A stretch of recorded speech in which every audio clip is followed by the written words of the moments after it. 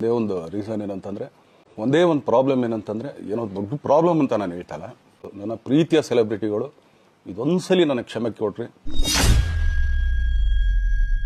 ದಯಮಾಡಿ ಯಾವ ಹೂವಾಪೋಗಳಿಗೂ ನನ್ನ ಸೆಲೆಬ್ರಿಟಿಗಳು ಕಿವಿಗೆ ಹಾಕೋಬೇಡ್ರಿ.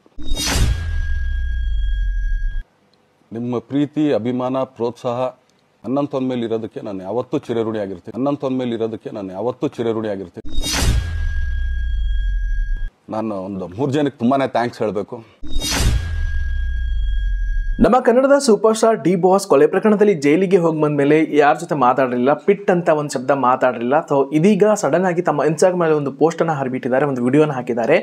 ಕಾರಣ ಇಷ್ಟೇ, ಆ ವಿಡಿಯೋದಲ್ಲಿ ತುಂಬಾ ಮನನೊಂದು ಮಾತಾಡಿದ್ದಾರೆ. ಹಾಗೆ ತಮ್ಮ ಅಭಿಮಾನಿಗಳ ದಯವಿಟ್ಟು ಕ್ಷಮಿಸಿ ನನ್ನ ಸೆಲೆಬ್ರಿಟಿಗಳಂತ ಕೆಲವೊಂದಿಷ್ಟು ಮಾತಾಡಿದ್ದಾರೆ. ಜೊತೆಗೆ ಕೆಲವೊಂದಿಷ್ಟು ಮುಂಬರುವ ತಮ್ಮ ಸಿನಿಮಾಗಳ ಬಗ್ಗೆ ಅಪ್ಡೇಟ್ ಅನ್ನು ಕೊಟ್ಟಿದ್ದಾರೆ. ಸೊ ಕೆಲವೊಂದಿಷ್ಟು ತಮ್ಮ ಸ್ವಂತ ಪರ್ಸನಲ್ ಲೈಫಲ್ಲಿ ಇರ್ತಕ್ಕಂಥ ತುಂಬ ಸಹಾಯ ಮಾಡ್ತಕ್ಕಂಥ ಬ್ಯಾಕ್ ಬೋನ್ ಆಗಿ ನಿಂತಿರ್ತಕ್ಕಂಥ ಫ್ರೆಂಡ್ಸ್ಗಳಿಗೆ ಮನಸಾರೆ ಧನ್ಯವಾದನ ಹೇಳಿದ್ದಾರೆ. ಜೊತೆಗೆ ಧನ್ಯವಾದ ತುಂಬ ಚಿಕ್ಕ ಶಬ್ದ. ಸೊ ಹಾಗಾಗಿ ನಿಮಗೆ ಎಷ್ಟು ಹೇಳಿದ್ರು ಕಡಿಮೆ ನನ್ನ ಜೊತೆ ನಿಂತಿರೋದಕ್ಕೆ ಅಂತ ಕೆಲವೊಂದಿಷ್ಟು ನೋವಿನ ಮಾತುಗಳನ್ನ ವಿಡಿಯೋದಲ್ಲಿ ಎದ್ದು ಕಾಣಿಸ್ತು. ಹಾಗಾಗಿ ಕೆಲವೊಂದಿಷ್ಟು ಕಮೆಂಟ್ಗಳು ಕೂಡ ಮಾಡ್ತಾ ಇದ್ದಾರೆ. ಸೊ ತುಂಬ ಬದಲಾವಣೆ ಆಗಿದೆ ದರ್ಶನ್ ಸರ್ ಮುಖದಲ್ಲಿ ಹಾಗೂ ಮಾತಿನ ಶೈಲಿಯಲ್ಲಿ ಅಂತ ಕಮೆಂಟ್ಗಳನ್ನ ಬರ್ತಾ ಇದೆ. ಈ ಒಂದು ಬದಲಾವಣೆ, ಈ ಒಂದು ವಿನಯತೆ ಮೊದಲೇ ಇದ್ರೆ ಚೆನ್ನಾಗಿರ್ತಿತ್ತು. ಸೊ ಪರವಾಗಿಲ್ಲ, ತಿದ್ಕೊಂಡಿದೆ ಅಂತ ಕೆಲವೊಂದಿಷ್ಟು ಕಮೆಂಟ್ಗಳನ್ನು ಬರ್ತಾ ಇದೆ. ಸೊ ಕೆಲವೊಂದಿಷ್ಟು ತಮ್ಮ ಸೆಲೆಬ್ರಿಟಿಗಳಿಗೆ ಕ್ಷಮೆಯನ್ನು ಕೋರಿದ್ದಾರೆ. ಕಾರಣ ಇಷ್ಟೇ, ತಮ್ಮ ಮುಂಬರುವ ಒಂದು ಬರ್ತ್ಡೇ ಆಚರಣೆ ಮಾಡ್ಕೊಳ್ಳೋಕ್ಕಾಗಲ್ಲ. ಸೊ ಹಾಗಾಗಿ ಕಾರಣ ನಿಮಗೆಲ್ಲ ಗೊತ್ತೇ ಇದೆ.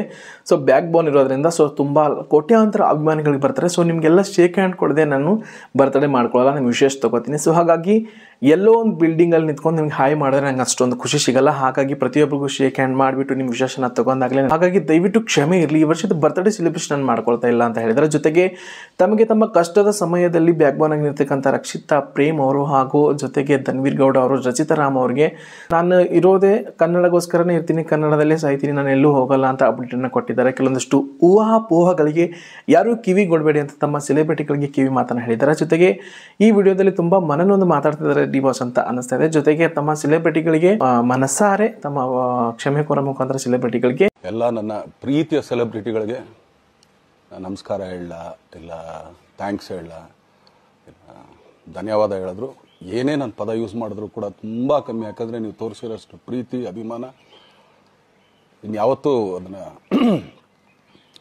ಅದು ಯಾವ ಥರ ರಿಟರ್ನ್ ಮಾಡೋದು ನನಗೂ ಗೊತ್ತಾಗಲ್ಲ.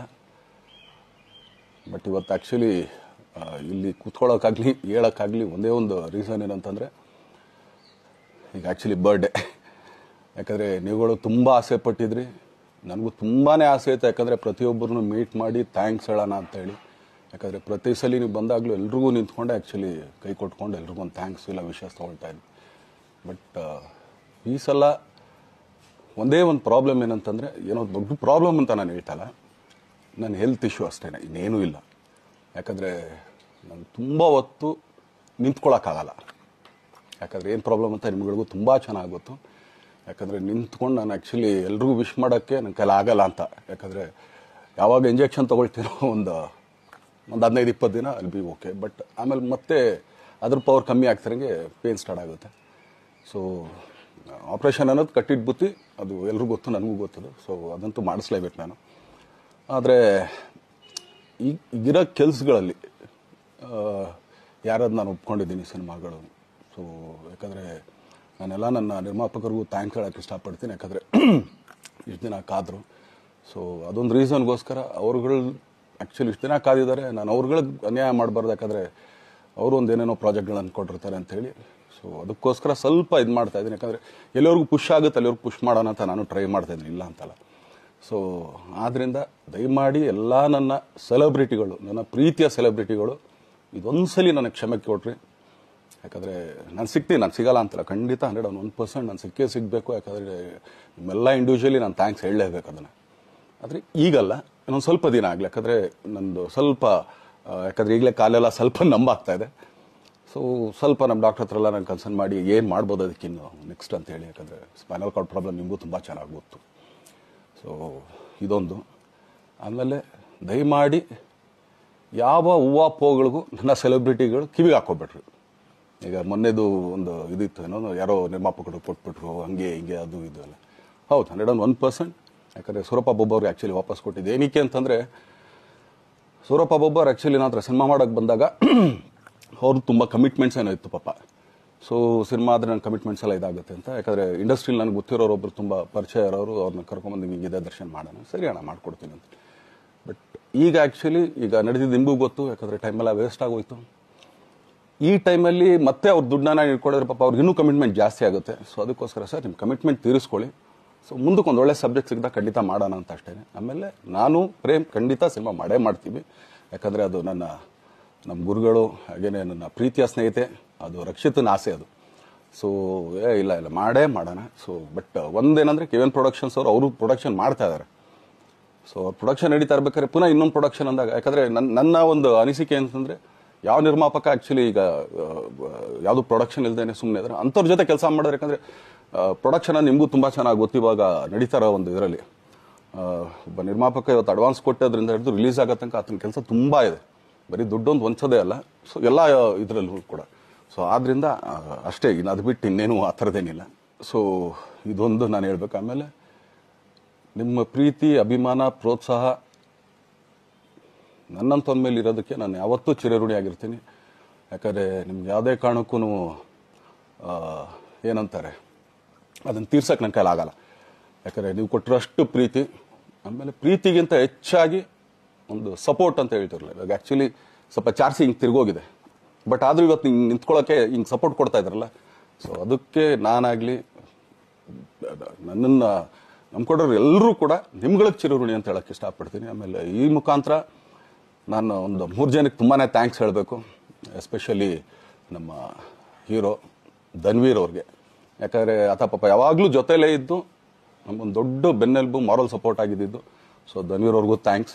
ಹಾಗೆಯೇ ನಮ್ಮ ಬುಲ್ಬುಲ್ ರಚಿತಾರಾಮ್ವ್ರಿಗೂ ತುಂಬಾ ಥ್ಯಾಂಕ್ಸ್. ಹಾಗೆಯೇ ನನ್ನ ಪ್ರಾಣ ಸ್ನೇಹಿತೆ ಆದ ರಕ್ಷಿತ್ಗೂ ಥ್ಯಾಂಕ್ಸ್. ಆಮೇಲೆಲ್ಲ ನನ್ನ ಸೆಲೆಬ್ರಿಟಿಗಳಿಗೂ ಅನಂತ ಧನ್ಯವಾದ ಅಂದರೂ ಕೂಡ ತಪ್ಪೇ ಅದು, ಯಾಕಂದರೆ ತುಂಬ ಚಿಕ್ಕದು.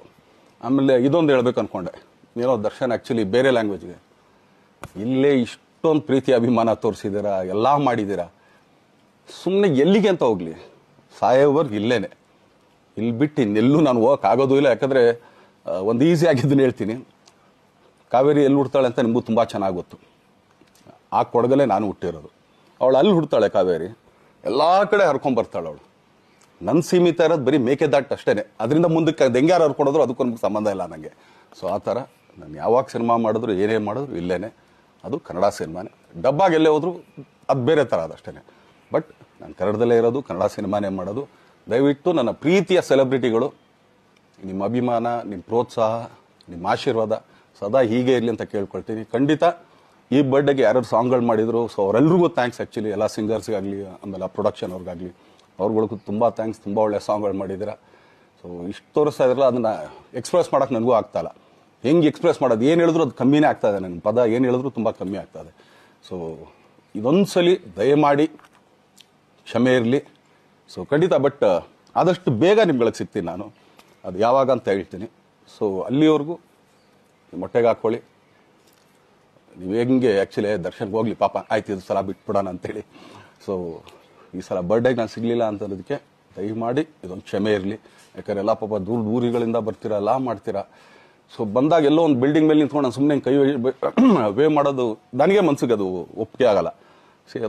ನನಗೇನೆ ಇಷ್ಟ ಆಗಲ್ಲ. ಯಾಕಂದ್ರೆ ಪ್ರತಿ ಸಲ ಕೈ ಕೊಟ್ಟೆ ಎಲ್ರಿಗೂ ಕೂಡ ಸಿಗ್ತಾ ಇದ್ದಿದ್ದು ನಾವು.